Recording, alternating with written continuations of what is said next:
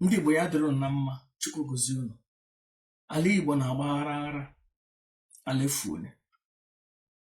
Kamgbe nne gwara m ihe m na-anụ n'ala Igbo bụ na Chukwu nọọ ya mụrụ Jizọs Kraịst, nọọ Chukwu kpọtara n'anyị Jizọs Kraịst. Iwuru onye Igbo, ihe ga na-anụ n'ala Igbo, maka the pastors kọrọ naanị ihe. Ele onye gwara ya the pastors? Ele onye gwara ndị priest na pastors na Chukwu nọọ ya mụrụ Jizọs Kraịst? All the slave masters.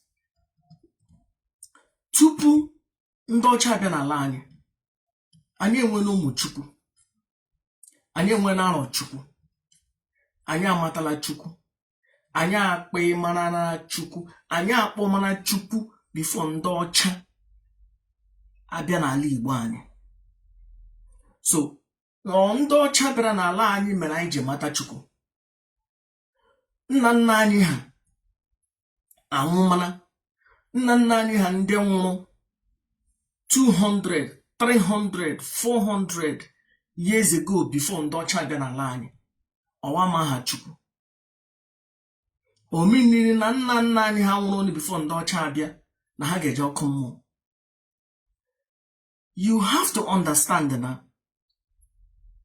ndị Igbo bụ ndị eriri eri, and enwebe somebody tetere n'ụra before n'ala Igbo spiritually, ịchọ ka ndị Igbo nwere onwe spiritually.